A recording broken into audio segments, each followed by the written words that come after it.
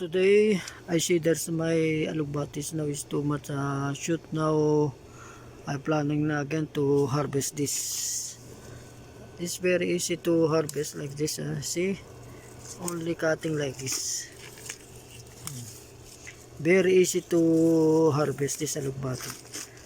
That's why if you have some space there in your home, just plant alugbati. This alugbati also, this no need to for too much care for this alugbati.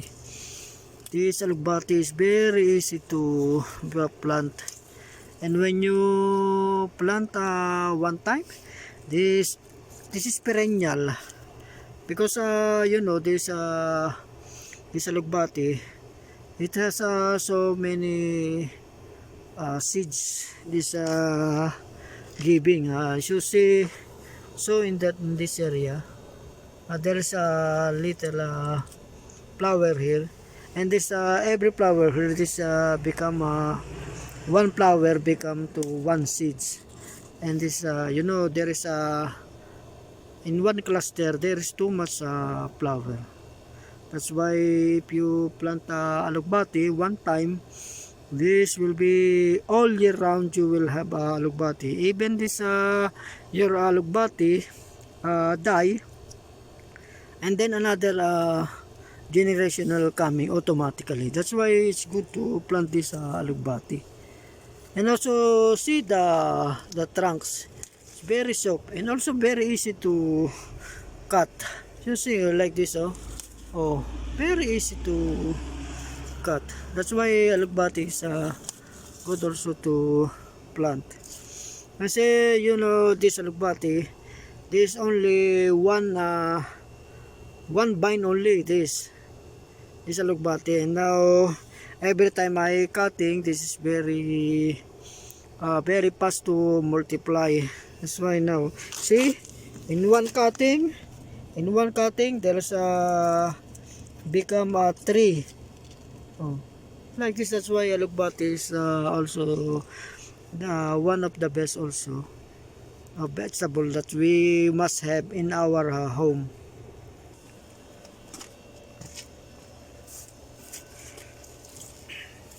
See also this, oh, very easy to cutting, very easy. You see this one trunks here, this only one. See, when I cutting now, counting how many coming, 1 2 3 4 5 6. Oh, see, in one trunks when I cutting now become 6. That's why this alugbati, every time you cutting this become multiply and multiply. That is the advantage of this alugbati. See, now I have too much. Now my basket is now little. This is my friends.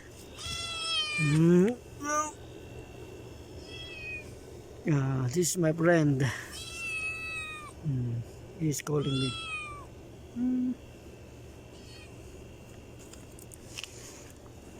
And this is her mother. This is her mother.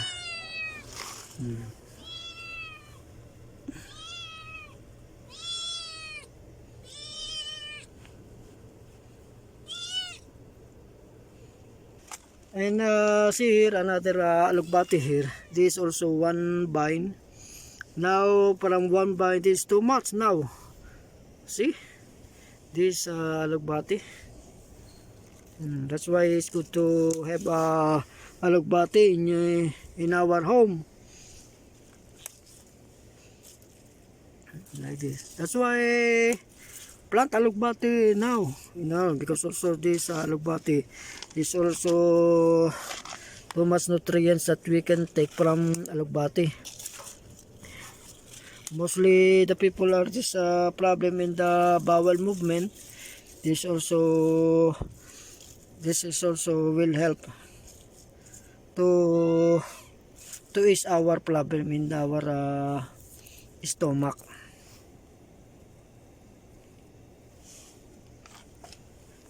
See now. And also, you know, this green leaves is very good in our health, because you know, in this green color, this is giving of vitamin A in our body. That's why it's better. See, this is our alugbati. This is young alugbati. Before you know, when you are planting this alugbati, if you have no seeds of this alugbati, you can plant the trunks. When you buy alugbati in the market, after this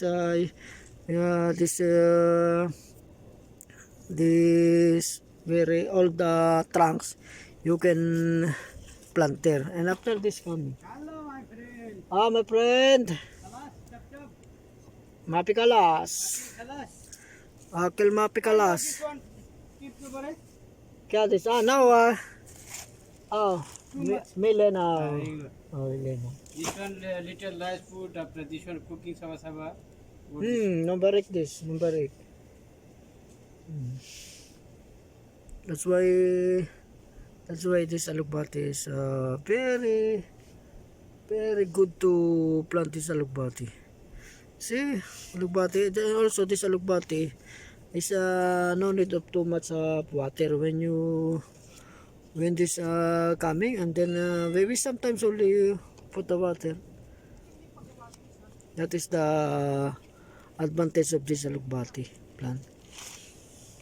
And this side we have melon here, and there is it's very fruit up here. This now good. Our watermelon now is little big here. This watermelon, alhamdulillah.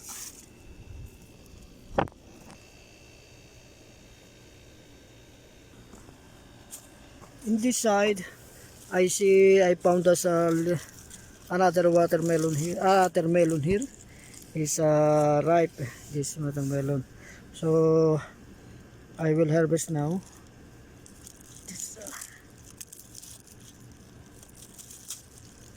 This small, but alhamdulillah we have even this is small, but alhamdulillah we can harvest. We have melon now to taste. In this area, our melon now is now we are conclude that our melon now is expired is now. Our melon here is retired already, but see, before retire, this melon give one fruits. See, now is ripe. This melon ripe, see, alhamdulillah. Another melon. And in this side, maybe after this 2 days, this melon also is ready to harvest. And this side also, this again, there's also little mature this melon. And but it also give a little melon here. See, very small also. This is the brother of this big fruits. This brother, small brother. So today I have harvested of 2 melon. Alhamdulillah. In this area, our squash is now little longer. This is our squash. See, our squash is up to from here coming to there. And it's showing of baby fruits. This our squash. This squash is butter squash. This name. Where you know when this is mature, this fruits become yellow color. This butternut squash. See, there is a baby a baby fruits is very fast to showing of fruits. And our corn now is a little big now. This is our corn. Our corn.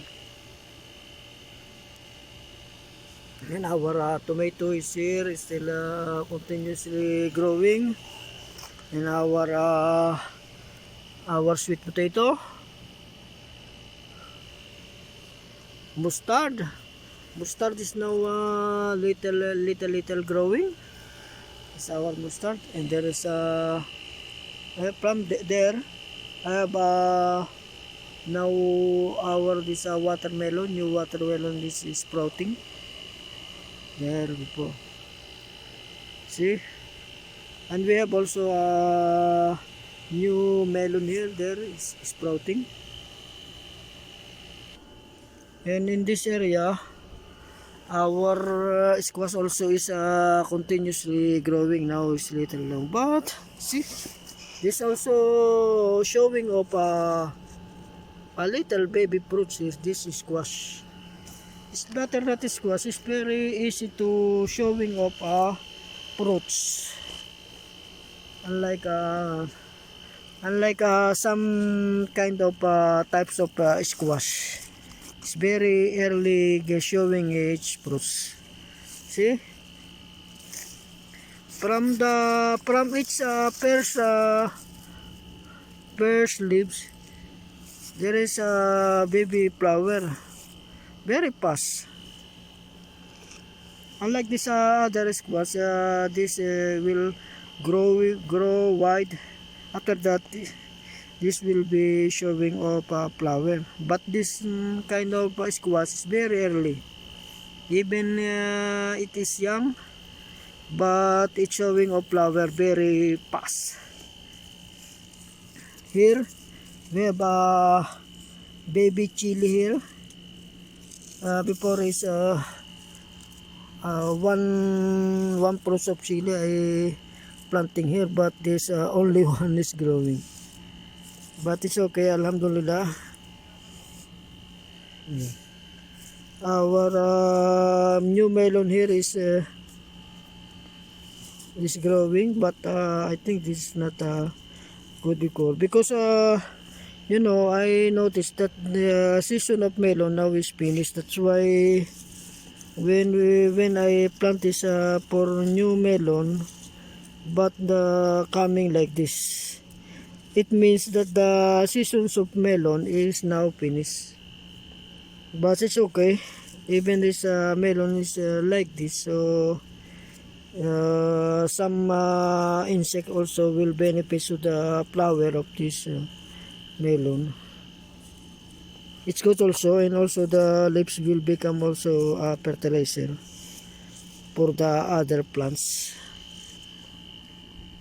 And there in the center, there also a tomato there sprouting tomato, and there also new sprouting of tomato. Inshallah this will growing after we can harvest of tomato, inshallah. Our watermelon here, old watermelon here is still you see, now this watermelon have new shoots. Okay, see the new shoot. So this is the old vine of this melon, but now see it become young again. Yeah. Like this. I say more of cat dung here, that's why I put there, and also dog dung. And our alhamdulillah, our watermelon here is see the vine is too much old vine, but even the vine is old, but see it give fruits. Even its vine is very old, alhamdulillah. That's why this watermelon, I let this continuously growing, because Is a little giving of fruits. That's why no need this to remove until this watermelon is continuously giving of fruits. So I will not remove this.